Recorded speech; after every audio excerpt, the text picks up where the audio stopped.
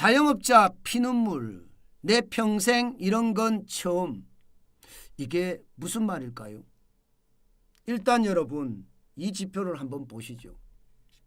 2019년부터 2023년까지예요. 외식업체 현황을 나타내준 그래프거든요. 보시면 2019년에 67만 7,303개가 81만 8,867개까지 늘었습니다. 4년 사이 외식업체가 20.9%가 늘었습니다. 무려 14만 1,564개가 늘었다는 뜻입니다. 그런데 충격적인 것은요, 폐업이 장난이 아닙니다. 폐업률을 보면 말입니다. 2019년에 13.87%였거든요. 2023년에 21.53%입니다. 21.53%라는 숫자, 내 평생 이런 건 처음 봅니다 하는 게 맞습니다. 그 정도로 말입니다. 외식업체가 줄줄이 무너졌다는 뜻이에요. 무려 말입니다. 81만 8,867개 중에 말입니다. 17만 6,258개가 망했다는 뜻이잖아요. 그래서 21.53%라는 뜻이에요. 5개 중에 1개가 망했다는 뜻입니다. 충격적이지 않으세요? 자영업자 외식업이 5개 중에 1개가 망했다. 그만큼 현장 경제는 폭삭 주저앉았다. 이 말과 별반 다른 말이 아닙니다. 예상했던 것보다가 시장의 어려움은 굉장합니다. 21.53%라는 이 숫자가 여러분 우리가 한 번도 보지 못한 숫자입니다. 그만큼 말입니다. 엄청난 숫자란 뜻이에요. 5개 중에 1개가 1년 동안에 망했다고 이야기하니 충격적이죠. 실제 폐업률 자체도 계속 올라가고요. 그렇다고 말입니다. 이게 경기가 좋다 이렇게 판단할 수 있는 근거. 폐업이 높으면 이게 신생 창업이 또 높아져야 되잖아요. 폐업보다 높아지는 게 창업이 돼야 됩니다. 그러면 뭐 경기가 나쁘다 이렇게 평가하지는 못합니다. 그런데 여러분 보시면 그게 아니에요.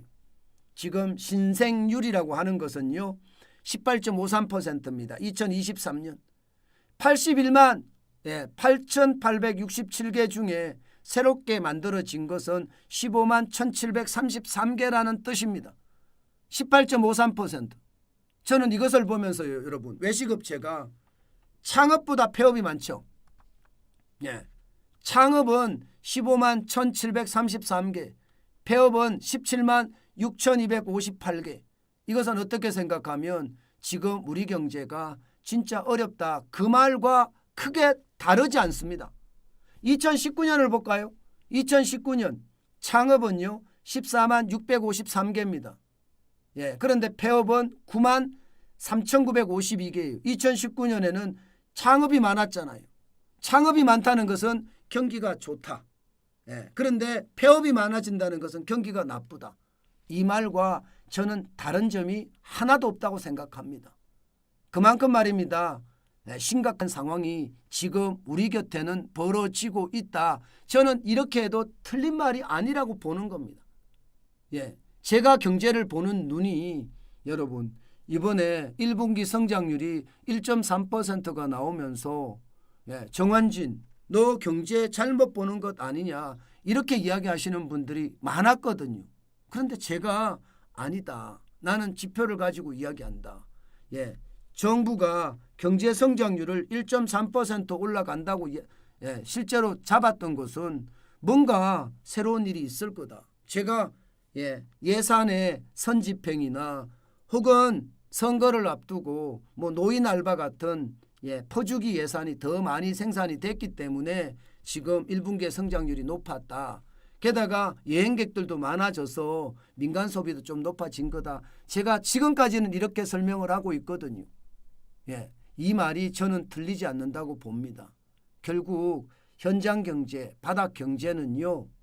지금 법인 파산을 봐도 그렇고요. 외식업체가 몰락하는 것도 그렇고요. 결국 경제 전체적으로는 진짜 어렵다. 이 말이 틀린 말이 아니라는 뜻입니다. 앞으로 말입니다. 2분기 경제가 어떻게 되느냐 굉장히 중요한 요소가 될 겁니다. 2분기 경제가 지금 4월, 5월, 6월 이게 좋아지면 아마 우리 경제도 좋아지겠죠. 그렇지만 현재까지는 아직 쉽지 않다. 예. 게다가 제가 신생률하고 이게 폐업률을 비교해 드렸잖아요. 신생률은 2019년에 14만인데 폐업률은 9만. 이때는 경기가 좋았다. 이거 경기가 좋았다. 그러나 2023년을 보면 지금 폐업률은 17만 6,258개고요. 실제로 신생률은 15만 1,733개. 나쁘다예요. 지금 경기가 진짜 나쁘다예요. 그런데 2024년은 좋아졌을까 두고 봐야 되지만요. 지금 현재까지 제가 매일 방송을 하면서 여러분들의 댓글을 보잖아요. 그 댓글을 보면 여전히 지금 경제 쉽지 않다 이렇게 해석할 수 있는 그런 지표들 많이 나오고요. 댓글도 그렇게 많이 달리고 있습니다. 지표도 그렇고요. 좀 더 두고 봐야 되지만 아직까지 현장 경제의 회복은 쉽지 않다 이런 뜻으로 다시 한번 해석해도 틀리지 않습니다. 게다가 외식업체 지금 어디가 많이 망하나 했더니요. 대구가 21.71%로 가장 많이 망합니다. 광주도 만만치 않습니다. 광주도 21.68%가 망합니다. 그 다음이 인천 21.71%가 망하고요. 전북도 21.55%. 제주도가 심각하죠. 제주도가 20.90%까지 올라섰습니다. 이게 여러분 제주도는요. 2년 전만 하더라도 제주도가 진짜 난리라고 이야기했습니다. 2020년만 하더라도 제주도 외식업체 폐업률은 10.88%였거든요. 지금은 2배 됐어요. 2배. 굉장하죠. 제주도가 굉장히 어렵다 이렇게 이야기합니다. 여기에 서울은 18.99%. 결국은 서울에서 장사가 된다는 뜻인가요?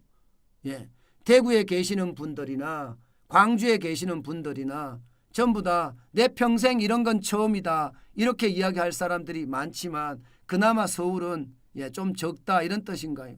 아마도 그렇게 보입니다. 게다가 말입니다. 그러면 뭐가 가장 많이 망하느냐? 봤더니 쌈밥 전문점이 44.38%로 가장 많이 망하고요. 재래 음식점이 37.57%, 도시락 전문점이 34.53%가 망합니다. 이 도시락 전문점은 망하리라고 예상은 좀 했죠. 왜냐하면 팬데믹이 끝나고 나서 시장의 변화가 굉장히 심했잖아요. 배달 음식보다는 가서 먹겠다 이런 데가 많아지니까 아마도 도시락 전문점이 더 많이 망한 것은 아닌가 저는 그렇게 생각합니다. 여러분 현장 경제는요. 여전히 어렵다의 방점이 있습니다. 지금 자영업자들이 폐업하는 것도 그렇고요. 외식업체가 많이 무너지는 것도 그렇고요. 여기에 법인의 파산도 심각한 양상이잖아요.